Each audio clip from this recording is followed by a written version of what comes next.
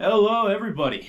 Fish hippies, deer hippies, trout bums, especially. You bummy people in Colorado, you. So, today's going to be pretty neat. We're going to be talking about decoying white-tailed deer. You don't really hear about decoying white-tailed deer. It's a thing that has definitely been out there and definitely been used. When we talk about this today, I'm not creating anything new. This is stuff that has been regurgitated onto me from people I've learned from. And especially when you hunt open, wide ag fields, that you have your wood corridors, but you really don't have too much going on besides the way of cover. A lot of open land. You could even do it out west in the rolling plains and such like that. If you go to our articles, this is the Degenerate Fish Hippie website. Our articles have all kind of unique information. We have a couple articles on hunting white-tailed deer from the ground, and it's goes over some really neat information and information that you would think that, oh yeah, everybody should know, but it's always nice to hear again. So we're going to be going over this, and it's going to be pretty cool. It's going to be bouncing back and forth between me yapping and me showing you video. So this first video I'm going to show you is going to be, I was hunting on a parcel of property in Winnemac, Indiana, Knox, Indiana. It was pretty cool. It was a good morning. You guys will hear turkeys, hens yapping and clucking and doing all types of stuff in the morning woods behind me. But also too, you'll see up on the rise come over this white-tailed buck. And he was about a 7-pointer and a broken off G3, I believe, on his left hind, or on his left main beam, excuse me. And it was pretty cool. He came over the rise, and the first thing he saw was my single doe decoy. How I had this decoy deployed was her head was facing away from me and her butt was facing towards my stand, the stand I was sitting in. And so without that decoy out there, give or take, he could have came in, he could have not. But that doe decoy, and it was during the rut of course, really made him come in and investigate pretty heavy. So it was pretty cool. The positioning of these decoys are really crucial. So, say you have a really dominant buck in the area and you throw a single buck decoy out there, well, guess what? He's going to come in there, he's going to try to kick that decoy's ass. If you have a subordinate buck or a subordinate deer in general, they see a big old buck decoy out there, they're more likely kind of be like, yeah, I ain't going to get my ass kicked this time. I'm going to shy away from the decoy.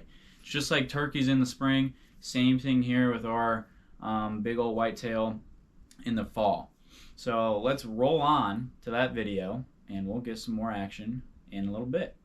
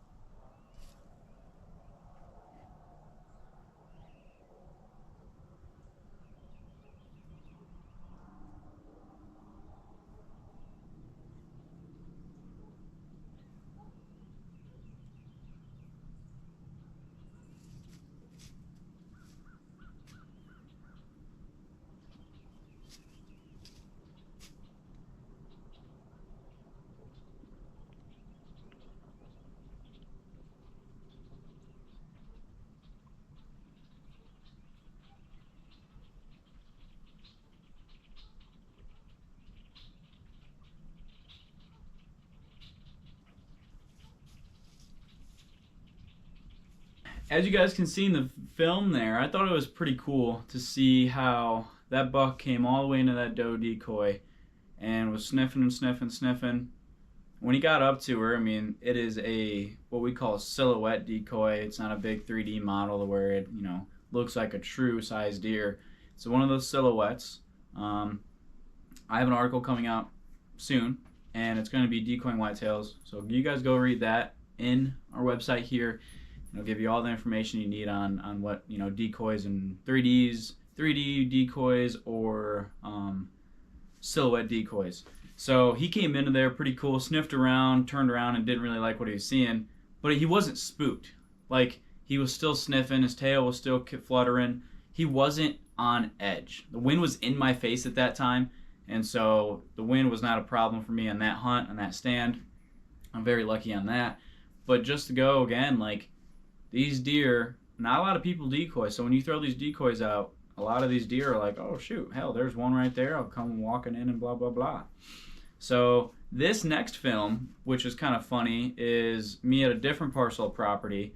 I was hunting and I had the decoy set out, and once again, the butt towards me and the head away from me. I did this because if I did have a really, really dominant and rutted up buck come in, I wanted him to try to breed that decoy or circle to her ass to try to breed her so I can get a better shot.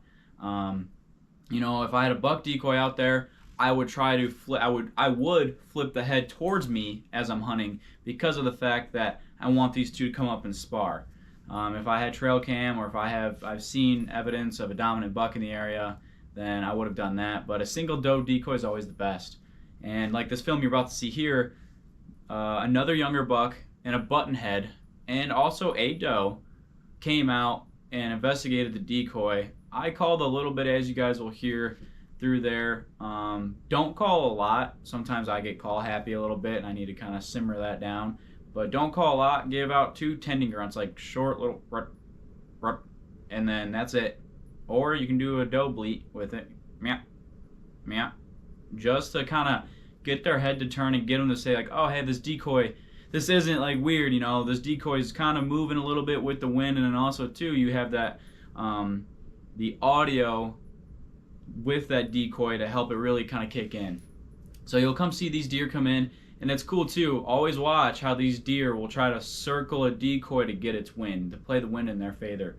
One of the little button heads, he circled and picked up my scent because my scent was blowing in that direction. And then the other two kind of circled it and didn't like what was going on, and they headed off. But it's really cool footage. It's really nice to see how we can study these animals and how they behave. So let's get on to the film.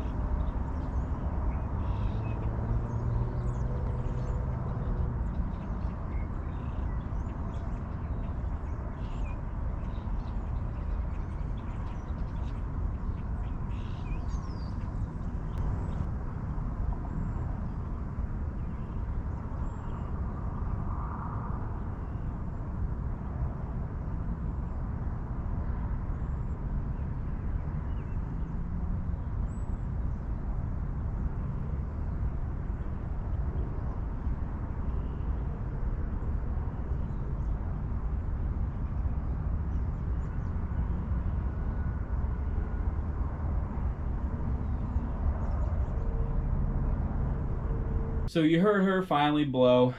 She kind of got the gist what was happening with that last doe that came in there. But you see it holds these deer long enough to where if you're using a crossbow or if you're using a firearm, that's an easy 80, 70 yard shot. Sometimes it is hard to bring these deer in close with decoys for archery. I've been decoying now for not heavy but moderately usage for about probably 4 to 5 years now, and the closest I've got deer in is like you saw that buck. I mean 5 yards, if not closer. But majority of the time, on average, I'd say probably they like to hang up around 30 to 35 to 40 yards, especially 50 is that safety range for them. It's like a safety buffer for some reason. But, you know, as everything will come together eventually, it's pretty cool because this next film you'll see, it got the job done. Sitting on another parcel of property, opening weekend of firearms, these doe had come into me, and they're coming from the north to coming towards me to the south there, and I had one single doe decoy out. I'm sitting in the middle of a cut cornfield. It's funny if not that these deer had come into me, and then all of a sudden they went underneath the little depression in the cornfield there. I called a little bit to them because I wanted them to not only see my decoy but know that there's deer in the area. And sure as heck, because they saw me in my back chair thinking I was a deer with my decoy, they came into probably about 70 to 60 yards, and I was able to harvest a nice doe, as you guys will see. So get out there, really just trial and error. This is what hunting and fishing, and most likely trapping too, I've come to learn the hard way, is it's all a big hypothesis of will this little study work or will it not.